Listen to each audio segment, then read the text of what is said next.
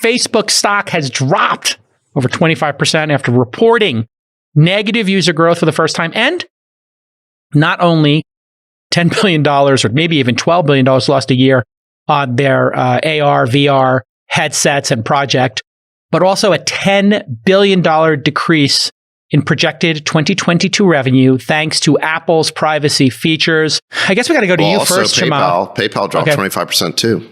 Yeah, we got to pay. We'll and then Snapchat had a whipsaw back and forth. But Chamath, when you see this, you called this with your spread trade. Maybe you could walk us through what you saw, whatever it was 3, 4, 5 months ago, and then what you're seeing now. And at this level, with $250 billion wiped off the market cap, what do you think about the future of this as a trade and as a company? Well, I think the trade did what it was supposed to do, which is in a period of a lot of volatility, I saw an opportunity to, just reduce my risk exposure. Look, I'm generally long very risky assets, right? I mean, all of us are in the business of building companies that have huge volatility because all of our companies generate earnings very far in the future. And so, in November of last year, I was trying to figure out what I could do to shield myself. And the reason I wanted to shield myself was because I saw Elon and Jeff in part selling, but also I saw that clearly we were going to go through a period where that high growth tech was going to trade down. So I sold some of that high growth tech, but then I also wanted to figure out a way where I could be less exposed to some of that volatility by continuing to hold what I had. And the best way that I figured out how to do that was to do the spread trade. And so, what I saw at the time was that there is one business above all others that I think is immune amongst big tech from any sort of real long-term issues, and that's Microsoft. And I think David expressed the reason well, is that it's an enterprise business now. Politicians generally don't tend to care about enterprise businesses.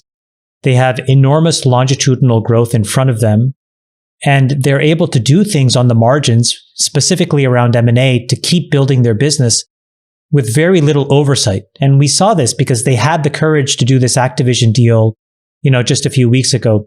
If you could imagine, again, no other company in big tech could even dare try to do a $70 billion acquisition because of the scrutiny. In this climate, it was a bold move, yes. Yeah. I think it's not a bold move. I actually think it says the obvious, which is Microsoft is beyond the level of regulatory scrutiny that the rest of big tech actually has because they are consumer businesses.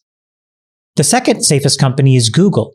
And the reason is that Google has the best of both worlds. They're both a platform because of Android, but then where they are at risk of being an app, they have an incredible deal with Apple that blunts that effect.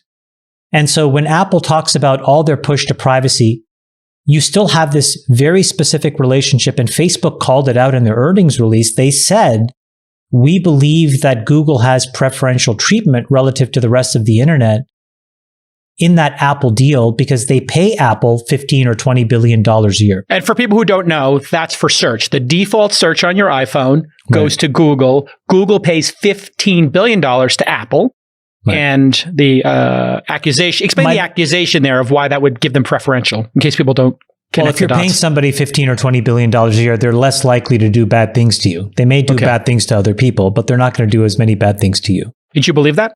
Yeah. That allegation from Zuck, yeah. Well, no, I don't believe the allegation, but I think that general that general thing is true. Like, you're not going to screw over your partners. You're going to screw over other people before you screw over your partners. Got it.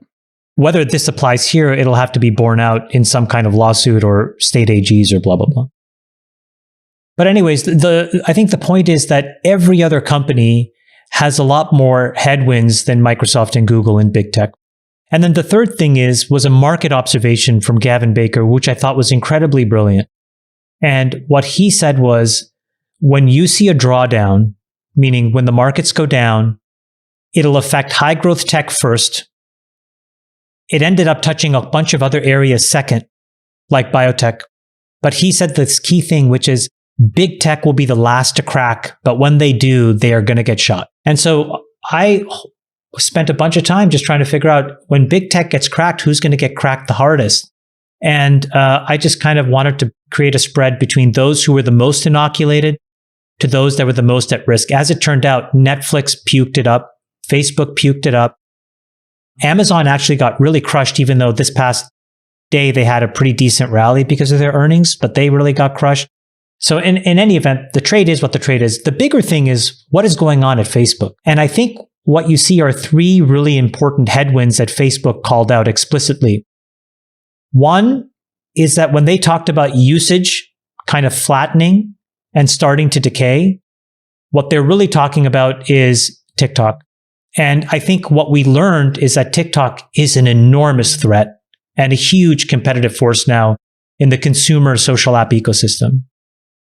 The second is that Facebook is fundamentally an app that sits inside of an ecosystem that is subject to the rules of the platform owner, and that's Apple and Google. And so this IDFA change, so the change in how you can track advertisers, Facebook said is going to have a $10 billion impact in 2022.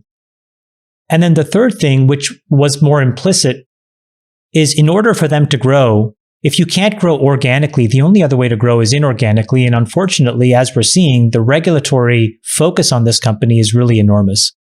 And so it was a pretty watershed moment in, I think, that company's discussion of their future. And Mark actually kind of said that as much in the press.